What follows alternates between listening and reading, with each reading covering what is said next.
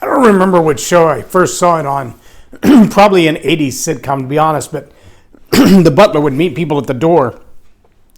And as they would come in the door, he would greet them. He would take their coat, hang it on the door, and then he would say, "Walk this way." And he would turn around and begin this absolutely ridiculous looking walk or march, like there was something completely wrong with him. And people would first just look at each other like, are we supposed to walk that way? And some would actually walk that way, and others would just follow him to wherever he was taking them.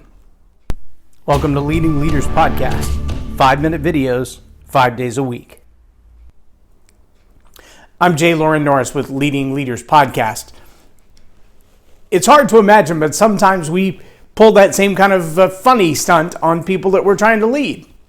By that I mean we forget that when we say do it this way, we presume that we've covered all the bases, all the foundational stuff to begin with, that we already have helped them to understand the minimum understanding so that we can take them to the next letter. Leaders are really guilty of this. I'm guilty of this, and I notice other leaders are as well, especially in the world of teaching and training.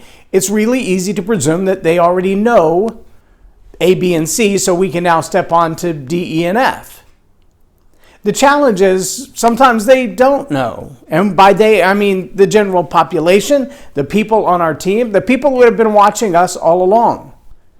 I remember watching a video just yesterday of a little boy with T-ball and his dad, and his dad put the ball on the tee and he said, "Keep your eye on the ball." And the little boy stood there for a second, bat in hand, and then he leaned way forward and he put his eyeball right on the T-ball. And I thought, well, I guess he's been led well. He's doing exactly what he was told to do. Keep your eye on the ball. Now, frankly, I struggled with the same thing when I was that age. I never did understand what keep your eye on the ball meant. It took years later before someone said to me, actually, if you're staring at the ball coming at you closely enough to see the threads, you're going to be able to hit the ball. But if you take your eye off of the ball, you'll lose the timing and forget where it's at and all that other kind of stuff. And it's one of those encompassing details, keep your eye on the ball, that requires, in my opinion, a little more explanation than keep your eye on the ball to truly get its meaning.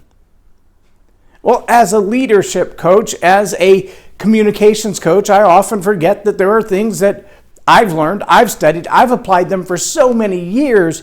They just go over other people's heads, and for me, they're second nature.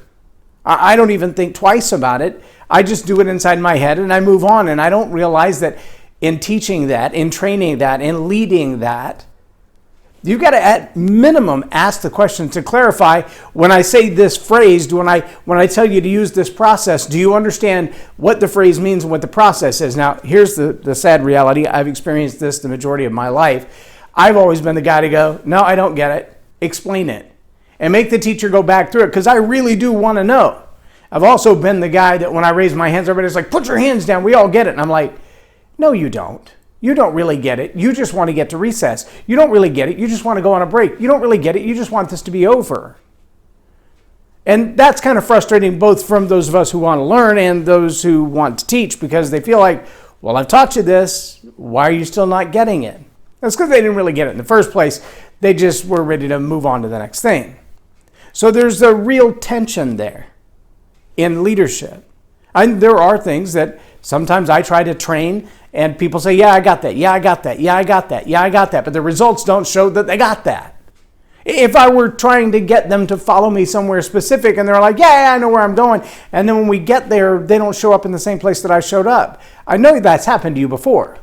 The other night, we were giving a lady a ride home from the conference to the hotel that she was staying in, and we typed in the address. Well, we actually spoke the address to Siri. And there's a big difference between north, east loop, and northeast loop. One is on the north side of the east part of the loop, and the other is on the corner of the northeast loop. And they're the same highway with the same numbers, and actually they have the same address, but it's not the same place. You follow me? Yeah, leadership can be like that. My favorite video was this morning, though, and I was watching a man trying to make a peanut butter and jelly sandwich from the instructions written by his 3-year-old and his 5-year-old. Pretty comical. Ended up at one point with a sandwich with a jar of jelly in the middle and no peanut butter on it. And another one where the bread was just bread and never had any peanut butter or jelly on it because the instructions to get the jelly out of the jar or the peanut butter out of the jar were not in the instructions. They were assumed. Well, my friends, when you're leading, when you're teaching, when you're coaching, when you're training, you know what assumptions do because we know what it means to assume. So don't. I'm Loren Norris with Leading Leaders Podcast for Tell It Like It Is TV. Have a blessed day. Subscribe now for our extensive video library of leadership lessons promoting faith, family, and freedom.